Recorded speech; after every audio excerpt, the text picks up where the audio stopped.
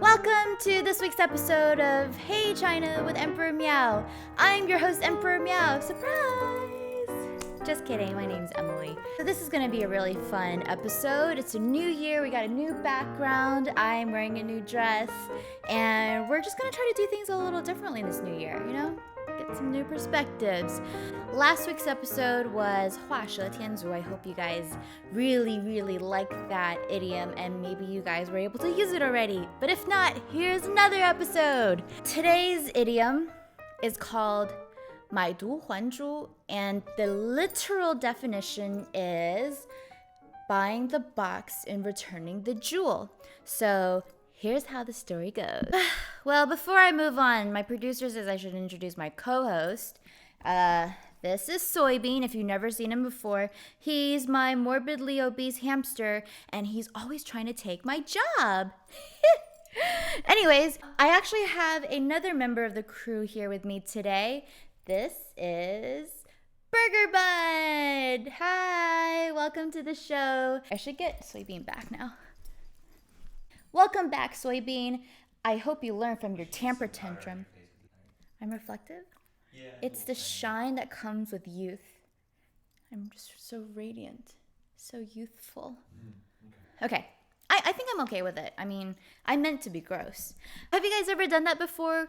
You go into, say, Tiffany's or something, and you take the jewel out of the box and you return the jewel back to the jeweler and you go home with just a box. Well, if that sounds crazy to you, listen to this idiom.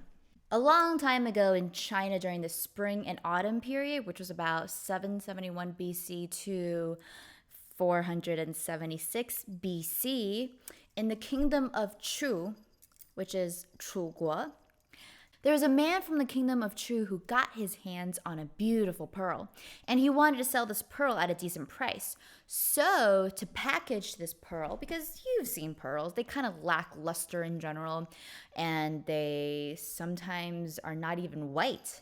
Yeah, sometimes pearls are yellowish and icky. So he had his hands on a relatively beautiful pearl, and he wanted to package it in a beautiful box to better sell this pearl.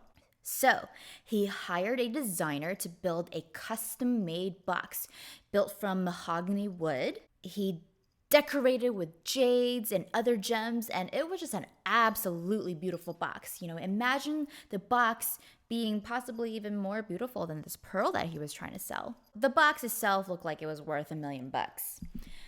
So then the salesman from Chu went over to a neighboring country of Zheng, and he decided to take this pearl to the flea market and try to peddle it as best as he can. At this flea market, there was a really wealthy man from the kingdom of Zheng, and he saw this box and he was immediately smitten with it because it was beautiful with all the gems and the beautiful mahogany wood, and he absolutely had to have it. Now here, when the salesman from Chu saw that this really wealthy man from Zheng wanted this box, he jacked up the prices and sold it for a really hefty price.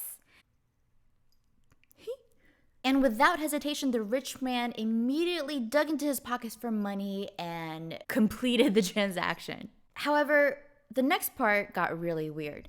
So the wealthy man bought the box with the pearl inside, but he took the pearl out and gave it back to the salesman and only left with the beautiful box.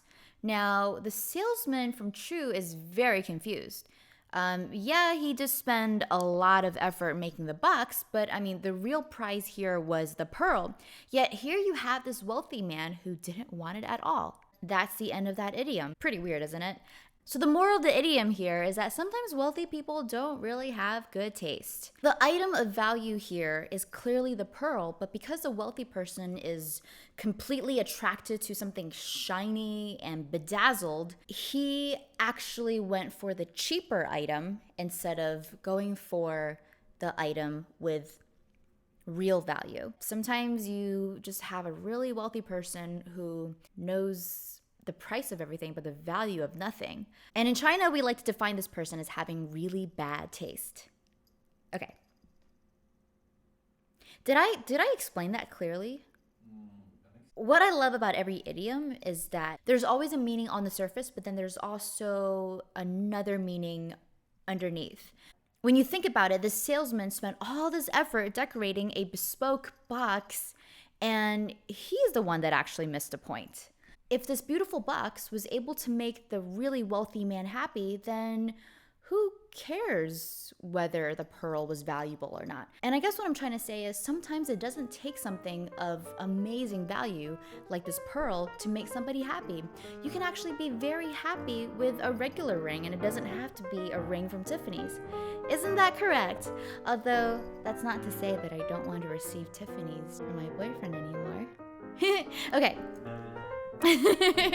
Thank you, boyfriend.